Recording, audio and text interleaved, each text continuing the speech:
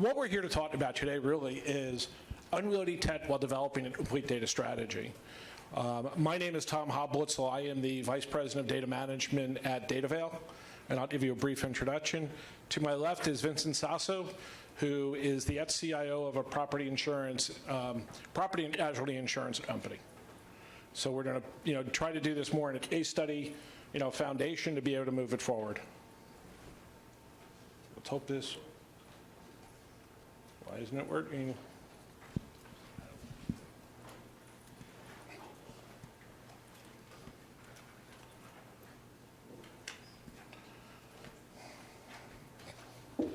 Sorry about that.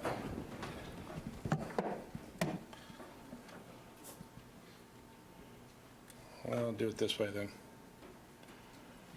My computer must have frozen it. Again, Tom Hoblitzel, a little bit of background about me. I'm going to come back down, Vin. Okay. And Vincent. So Vincent was the former VP and Deputy CIO of a P&C insurance company. What they were trying to do was struggling with how to actually bring data together. For those that understand insurance, from a legacy perspective, a lot of different silos of data.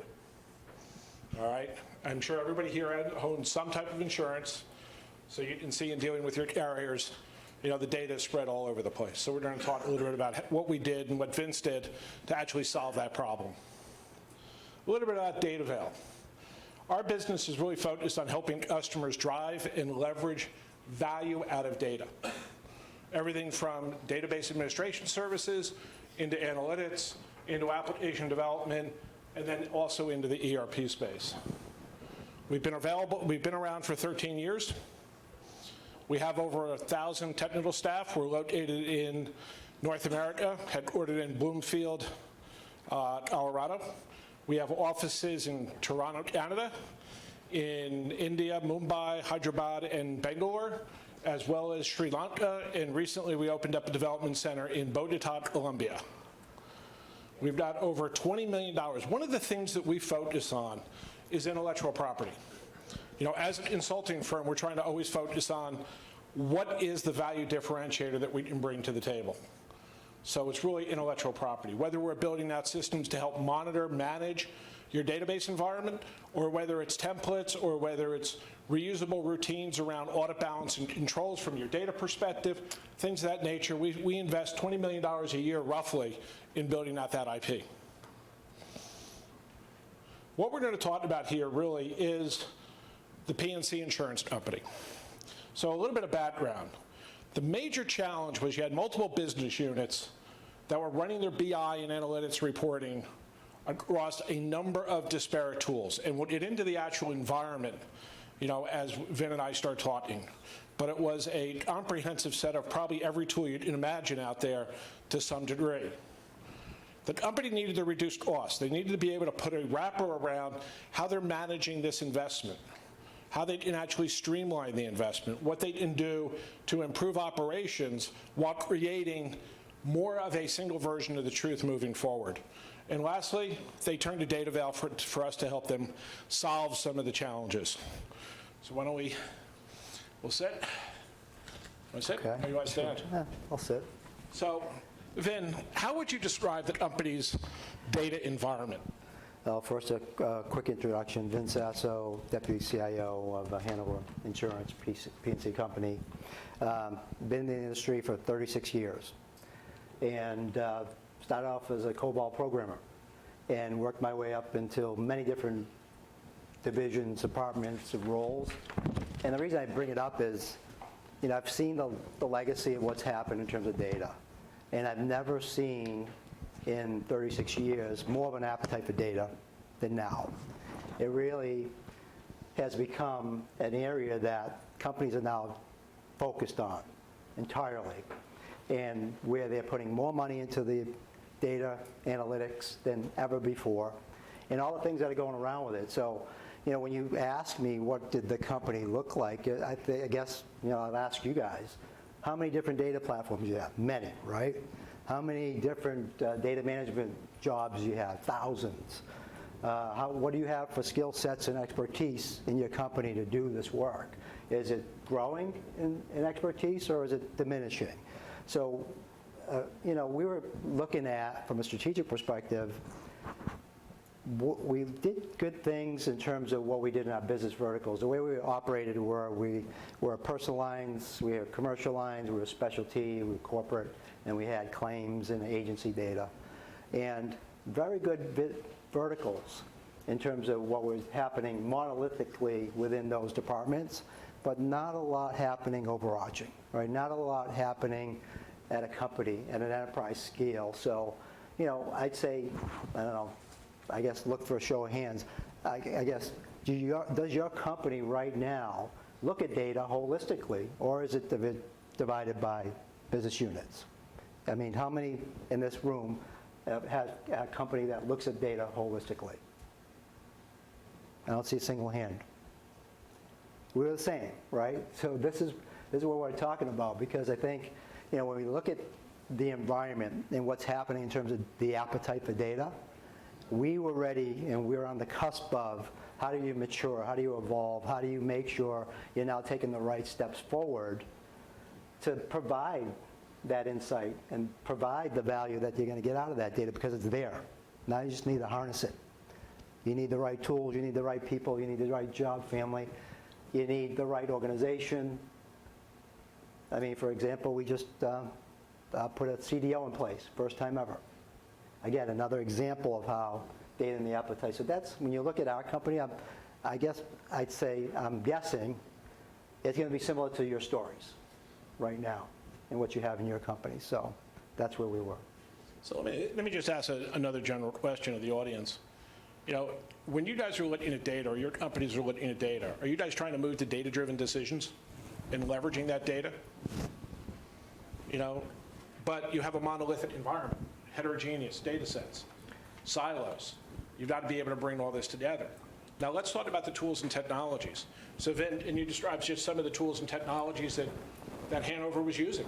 Sure. OBIEE, which we were retiring, Business Objects, which we were retiring, Power BI becoming very good in the self-service space, Hyperion, S-Base for planning, a bunch of ETL in terms of data management and data movement. Again, I'm guessing this is kind of what you're seeing in your environments too. But as you can see, and I would say, from a strategic perspective, we were just kind of knocking on the door around cloud and cloud adoption and moving stuff to the cloud and really harnessing the power of scale, harnessing the power of what you could do there in terms of virtualizing the data and getting to that next level. But, steps to move forward with while we're dealing with the platforms that we still had. And we had to move, our business units and business users from those platforms over to where we wanted to go. So what was the catalyst really to engage with DataVale? Well, there were a few things. One, like you mentioned, we were partners for a few years in the database managed service, so you knew our environment, you knew our business and how we operated.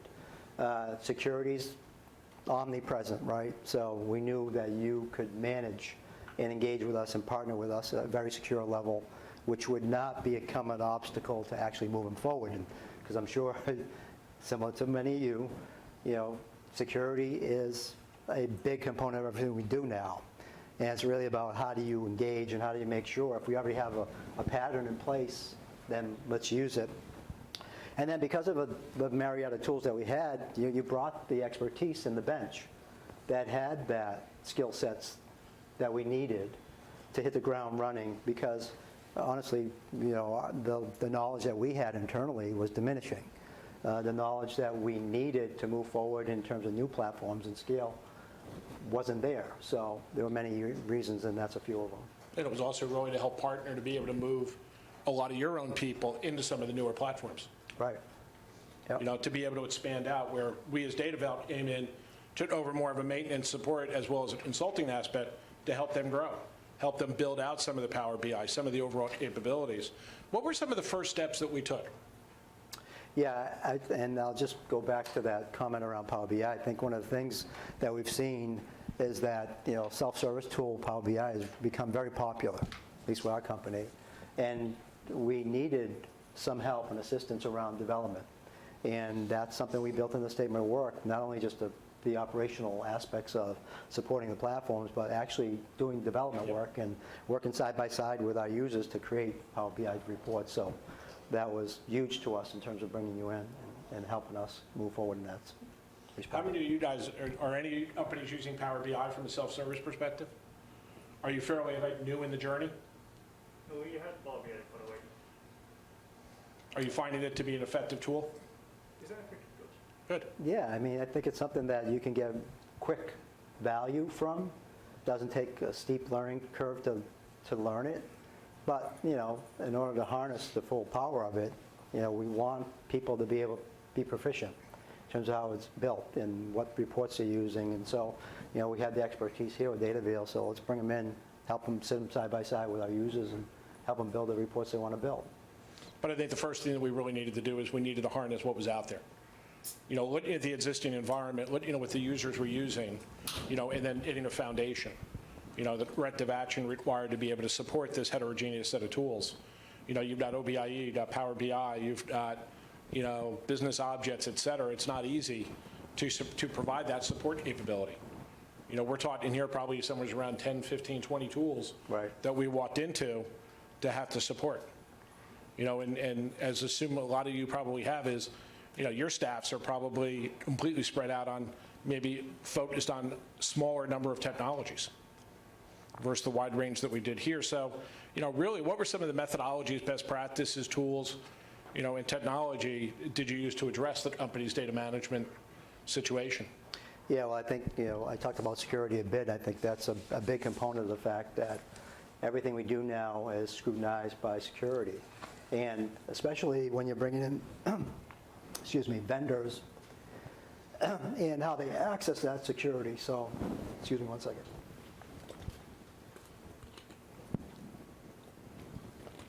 So having you there that's already been doing that work in a database managed service, that was like a catalyst to get us going, because we knew that we didn't have to go through those hoops again to get it done. So, you know, having your expertise in all those platforms, you knew we were sunsetting these systems. So how do we make sure that we're sunsetting at the same time, building the strategy in the future going forward?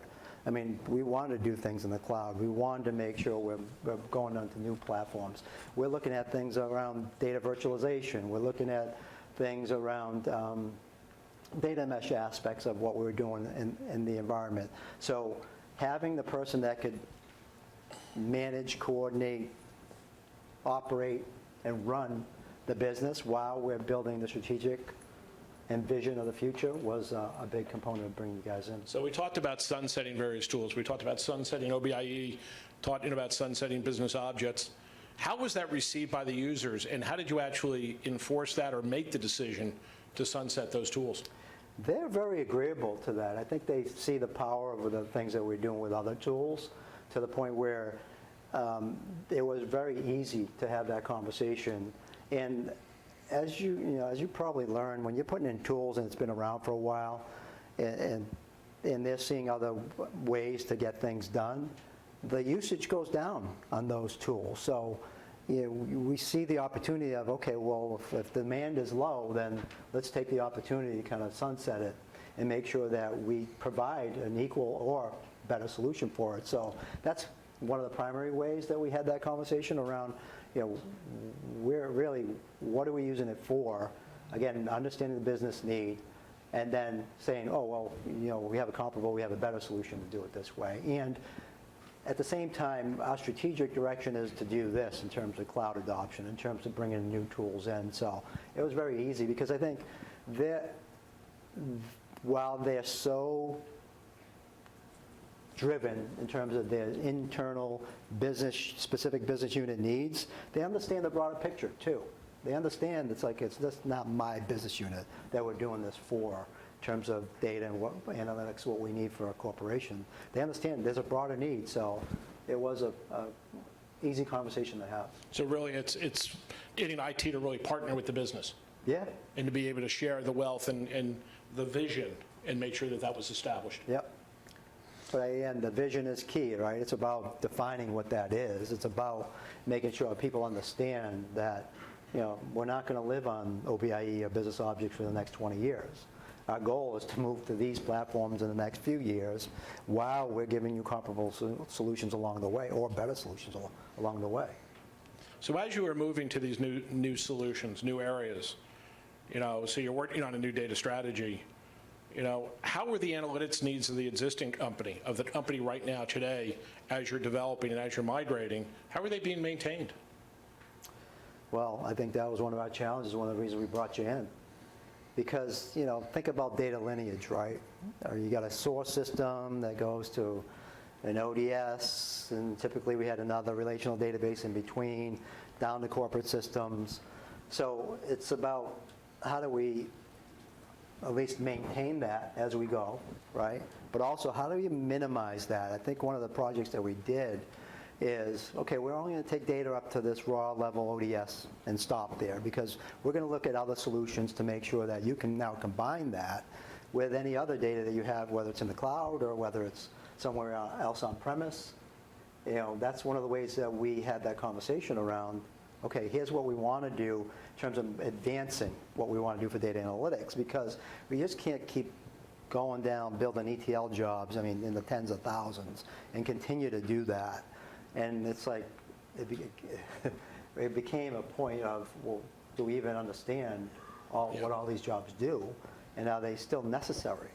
So it's like, almost like you got to go back and It's to rationalize. Right, you got to do the analysis around what are these doing, and can we at least stop perpetuating that and create new solutions so that we're not, extending the fact that those are things that we want to change. Yeah, but I think it's also a matter from experience is really what you're actually driving out of your analytics. What are you trying to do? I would say probably, and you guys are all probably experienced as well, we deal with a lot of companies that have thousands of reports. Are you really using 1,000 reports, or do they just pop up? You've got to do some rationalization as you're converting it. If you're going from business objects over to Power BI and you want to have similar functionality, what reports are being used, what reports are not being used? You've got to be able to understand that and define that, in order to say what's valuable. If you're going to convert 500 reports that are not being used, why spend the money? Yeah. You've got to rationalize what you're trying to do and how you're moving it forward.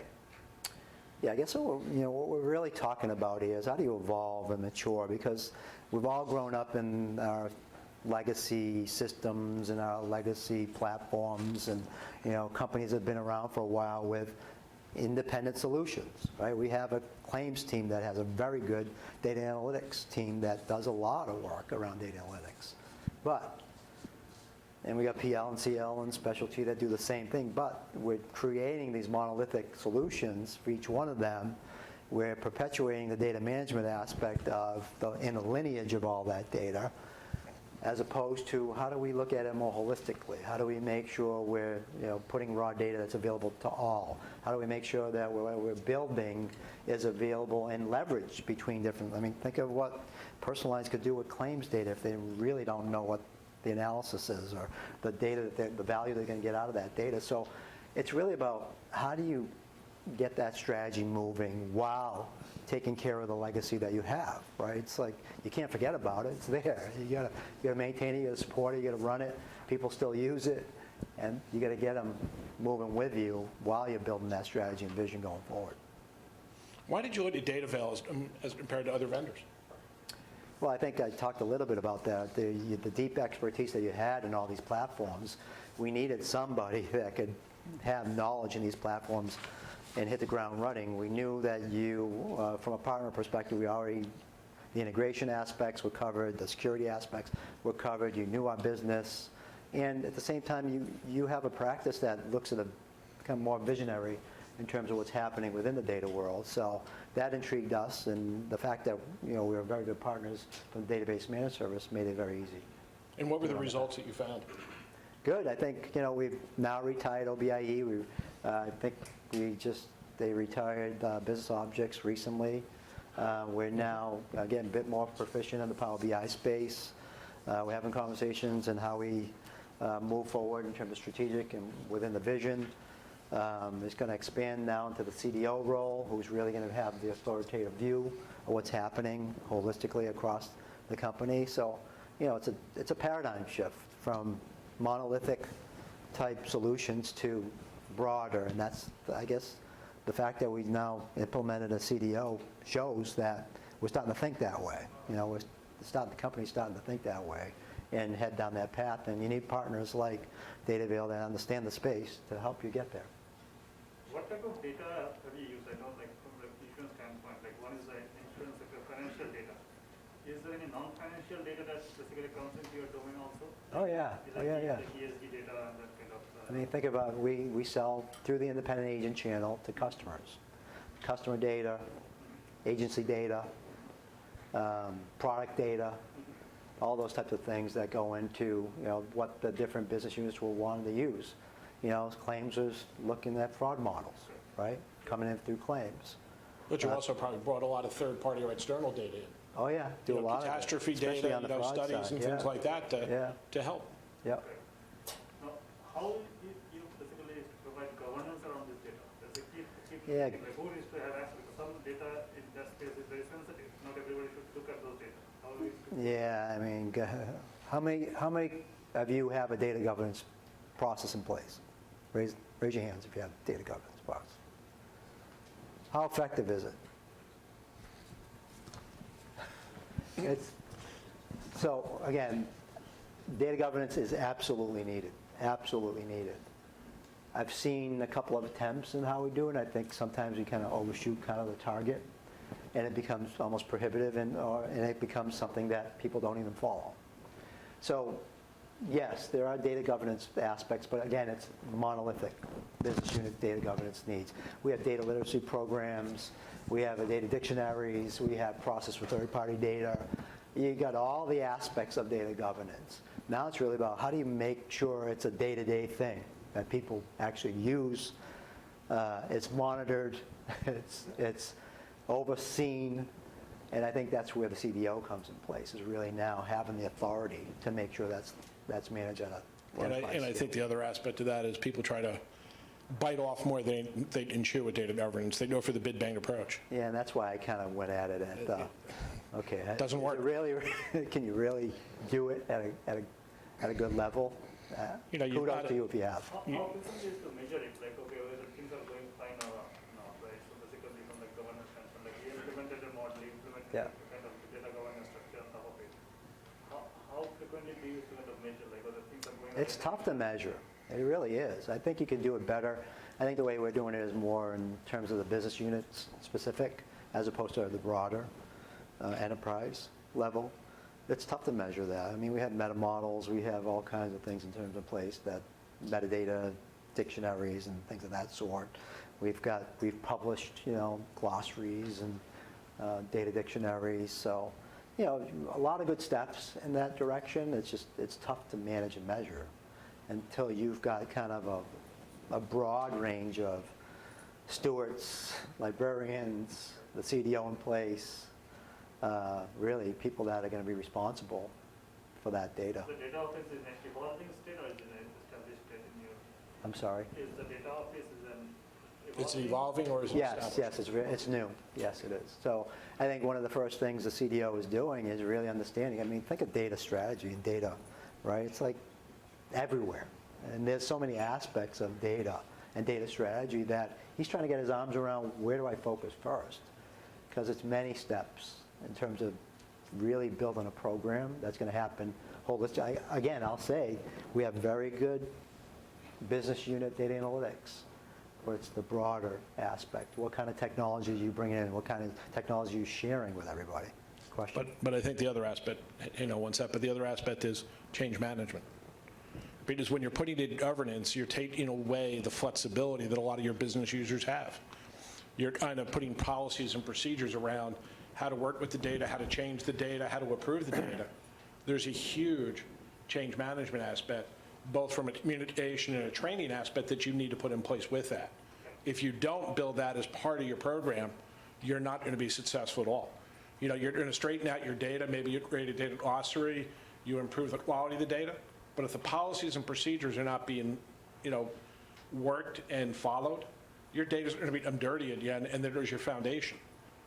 We have a lot of companies that are striving to, get to AI and ML. If the foundation's not there, garbage in, garbage out. You're not going to have the results. Yeah. Question, then I want to come back to self-service. Yeah, so my question actually is about AI and ML. Okay. I want to learn more about what, if anything, you're doing with machine learning, for example, and how that fits into the streamlining initiative that we're talking about. I would say it's in the infancy stages around more automation, less AI, less ML, but it's infancy stages. I think claims is doing some of that around fraud and analytics. I think that's probably the one that's taken the most steps forward, but a ways to go in terms of that respect. Yeah. Did you have, as you figured out how to streamline and bring things together in a more coordinated way, did you have that data science roadmap in mind, or are there changes you're making now Yeah. to make it easier to figure out? Yeah, I think we went through a comprehensive layout of a strategy. We brought in a third party, we talked to every business unit, we laid out the strategy, we've got a path forward. Now it's about implementing, right? So now it's about, and the first step in that strategy was the creation of the CDO.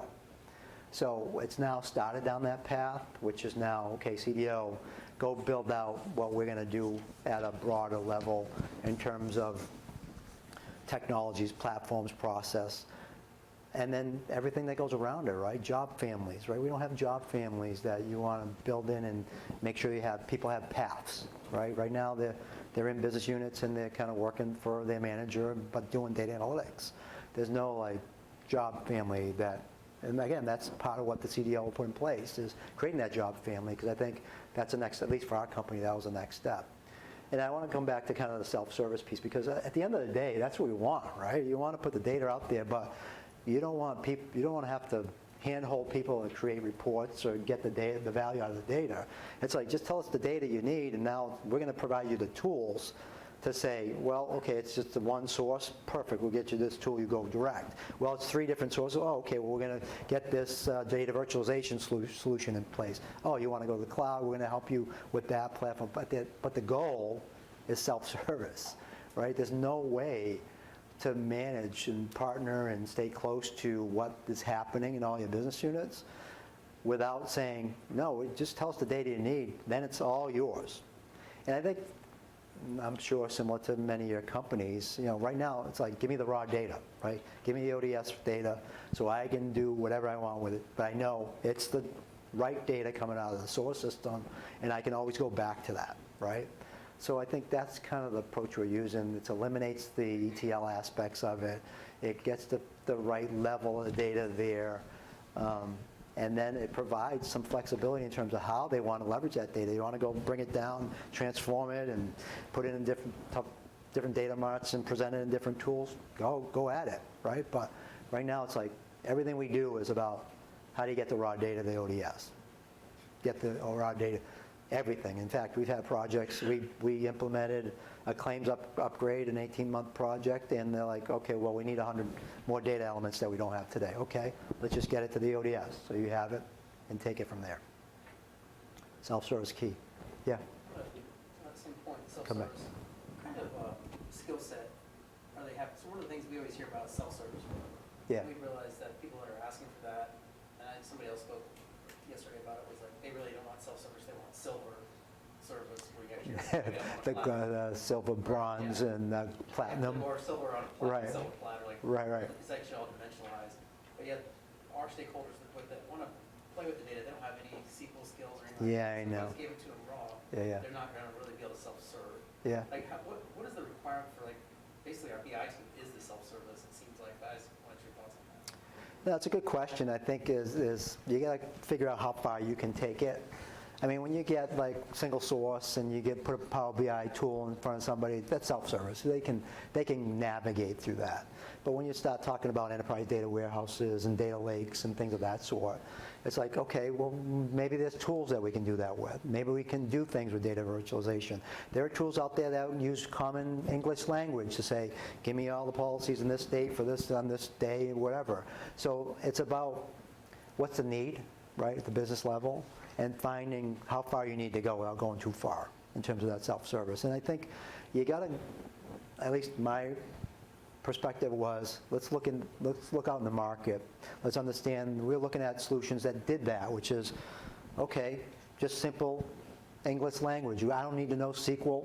I don't need to know anything about programming, but there's tools that will allow you to do that, that can get you deep analytics on raw data without knowing SQL, by just using common English language.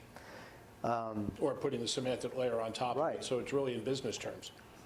You know, users aren't going to go out there and understand what CUST, underbar DB, or whatever, you know, whatever the name is, they don't understand that. You've got to have it in business terms and provide it, but you've also got to make sure that there's only limited manipulations they can make. You know, the reason I say that from a governance perspective is, how many of you have sat in a meeting or have heard in meetings where, you know, you got two executives sitting there and looking at sales numbers or profitability numbers, and they both have different numbers? Because somebody's actually manipulated it, or they've manipulated it different ways. But if you have a centralized glossary also to support self-service, now you have a common definition. Everybody should be living off of that same definition moving forward. Yeah.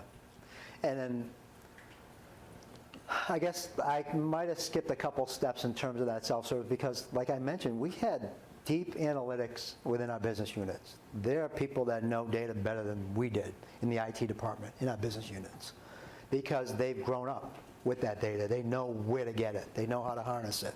They know what to do in terms of that self. So they know how to provide it to their users within their business unit. So I guess, you know, if you take that out of the equation, then it's really about, okay, how do you get those data stewards? I think that's a good place to start, which is creating the data stewards that are very knowledgeable about that data, that can then be the catalyst to self-service, because they're the ones that can harness it. They're the ones that can put it together. They're the ones that can present it to the people in their community, that make it easier to get it out there. But you need somebody to understand that deeply.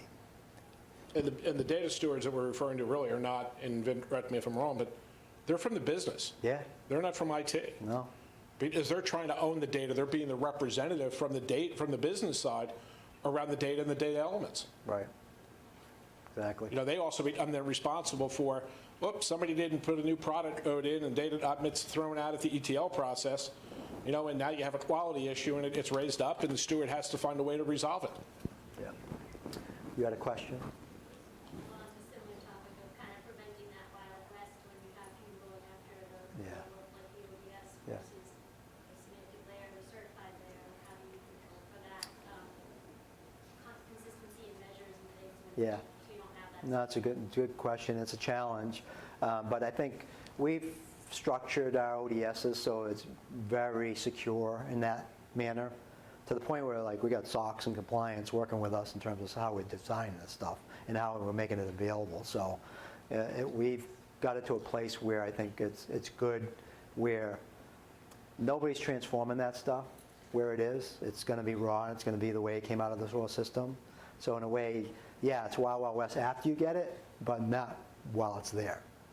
So it's balancing kind of how do you kind of put the right security around it? How do you make sure the right data stewards have access to it, and only those data stewards, you know, put the right security around it, but also make it available for people that want it.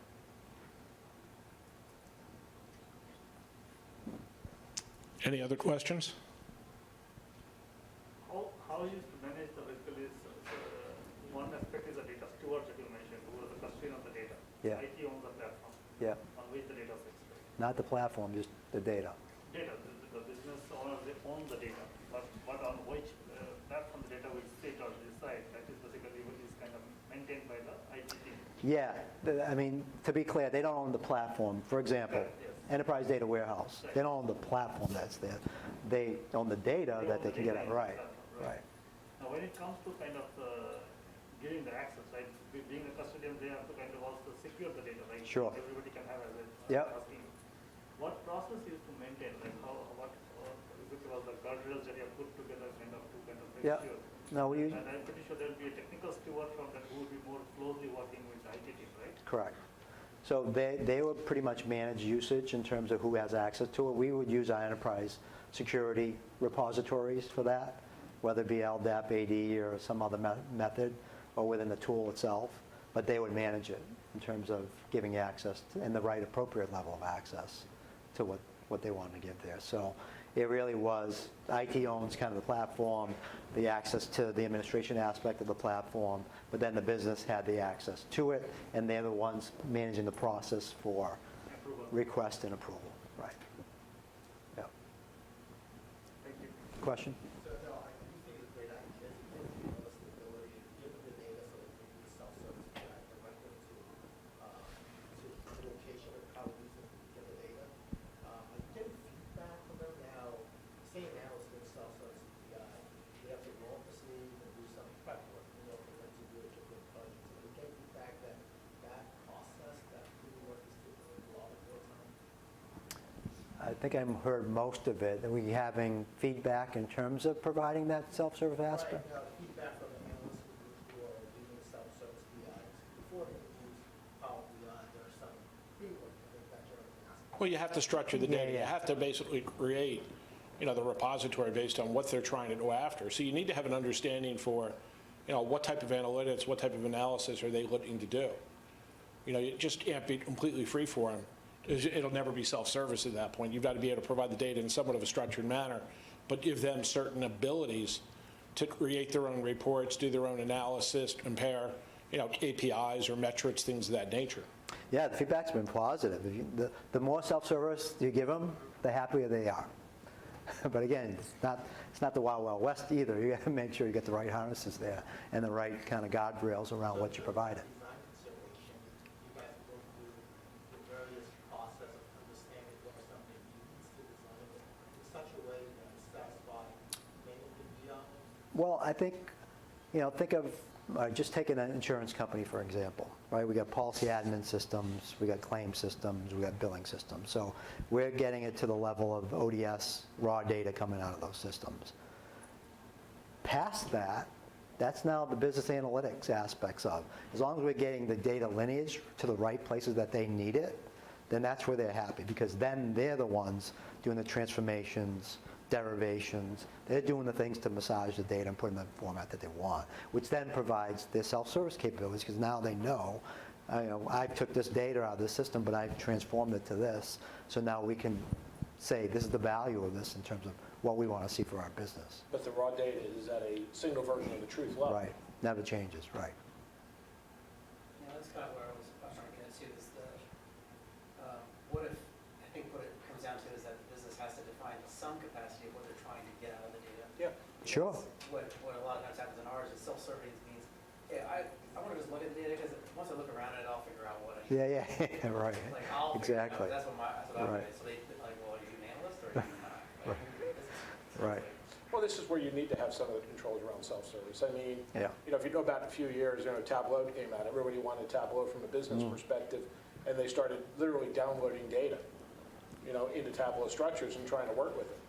And now you've got sort of shadow IT with different types of reports with no control, no structure. That's exactly what we have. That's 100% what we have. And you- Well, I think it's similar, and basically every company, I bet you, is in the same place, which is IT managing the platforms, IT managing the data management, but shadow IT kind of data analytics in the business units right now. At least that's the way we were. But I think you're now seeing the fact that, again, in 36 years, I've never seen the appetite more for data, which means, okay, we now need to provide the right guardrails. We now need to look holistically. We now need to select our technology that's going to support every business unit rather than one. We now need to have a stake in what we're deciding, what we need. We need overarching glossaries and data governance. So the security aspect, again, is everywhere in relation to that. So to me, that's kind of the evolution of where we were, at least for our company, which is, yeah, we're ready to get to the next step, and there's many steps to get there, but at least we're thinking the right way in terms of how we want to get there. And we got a good foundation to start with. I mean, literally, we have an enterprise, one of the best enterprise data warehouses. I mean, we created, I worked on that 15 years ago, and created premium loss for every single transaction, so you could go to a policy on a given day and know what happened on that policy. So people realize the value of it, and they're like, okay, but we only really knew who was using it probably in the last 6 months, because there wasn't the governance around, okay, well, who got access to this thing? Who's using it? How often why is this person bringing in 3 terabytes a day down?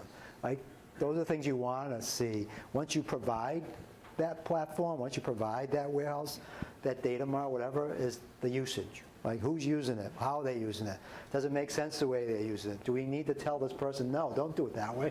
Do it this way. You don't want to be bringing 3 terabytes of data down. You don't have to, right? So those are things that at least we're getting our eyes a bit more open in terms of how to manage that and really report back and make it more efficient to how they're using it. So as we wrap up this session, Vince, is there, for some company that's starting on a journey similar to what you went through, is there any advice that you would give them? Well, I think the advice I give is look at the data environment the way it is today, where the appetite is there, the tools and technology are there, the people skill sets are there, the recipe's are there to build it.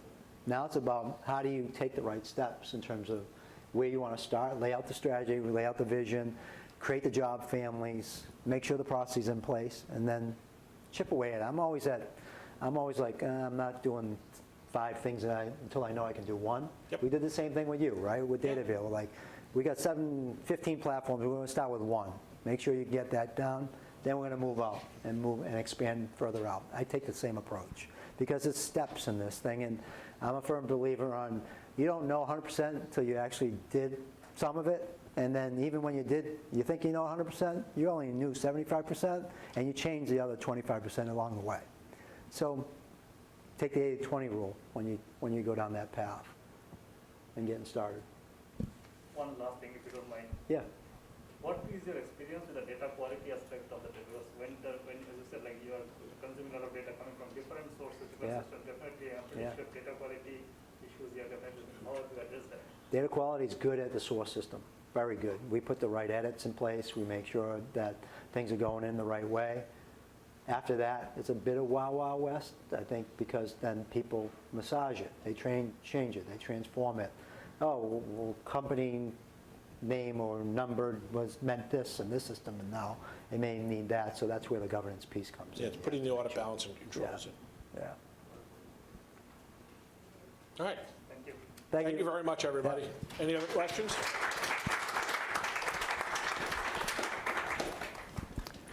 All right, the guys with the master's shirts, did you go this year? No, my buddy went. Okay. Did you go this year? I went. Okay.